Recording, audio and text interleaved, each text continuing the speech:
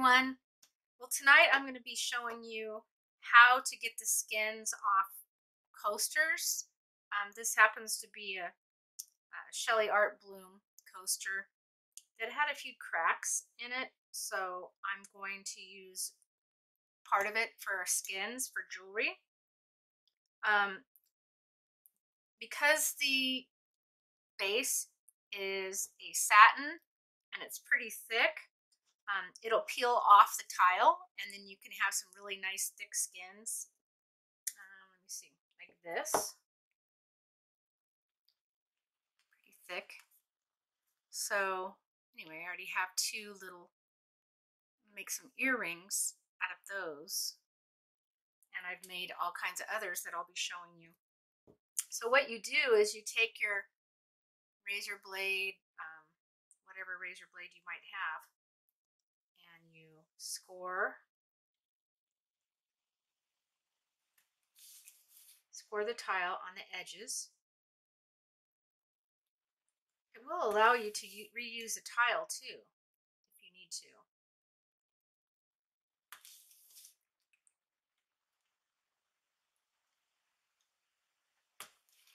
Okay, then you grab a corner,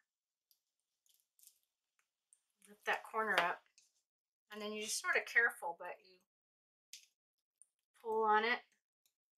You don't really want to stretch it out of shape, so go really slow. It just pulls off the tile. Okay, so there you go. So you have just a skin left.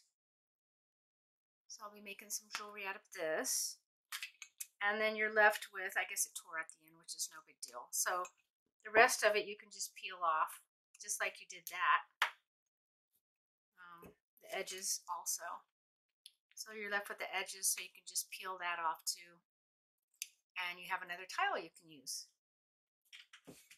So this is an example of, I laid down some small, making some earrings.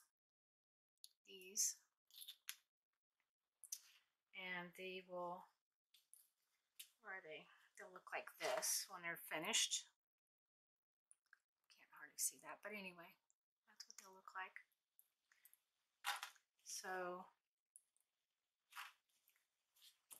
So you get the skins, and then what I use is this diamond glaze to glue your cabochon onto the skins. And I push it down really hard, make sure there's no air bubbles. And then what I do after is 24 hours later, I come in with a pair of scissors and I just cut it out. Just cut it around, trim off the edges. So you're left with that. This is a small one.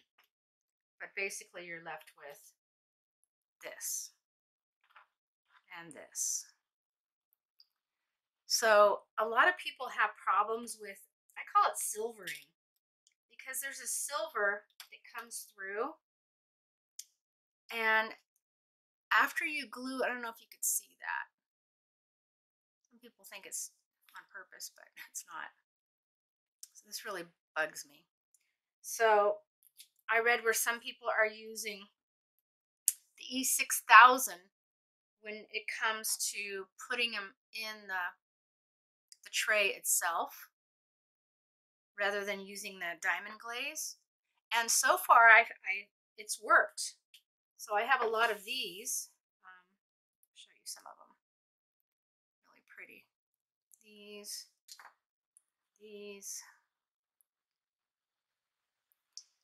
And there's a couple more. So I'm not getting any silvering from the glue using the E6000.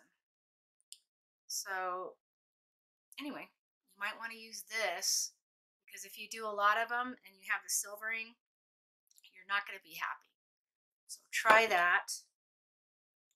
And what I do is I get a little chopstick and go ahead and back you up here. go ahead and show you what I do. So I just put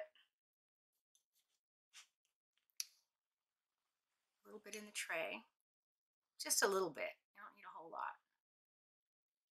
And I take a chopstick and I just move it around, spread it around in there.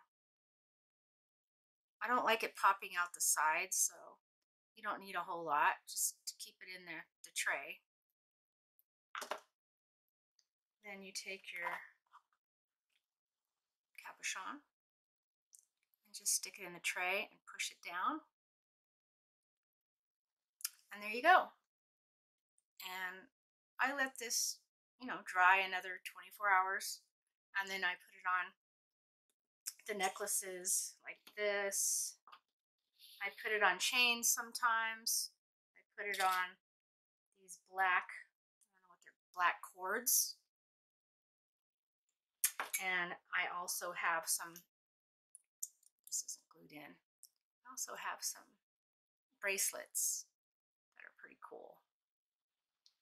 So anyway, just a short video on how to make jewelry, especially if you're doing the bloom technique on a tile.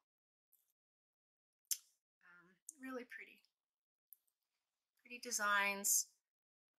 I like these designs better than just a regular pour, and the skins are a lot thicker. So, give the bloom effect a try, and if it doesn't work, you still have some skins to use.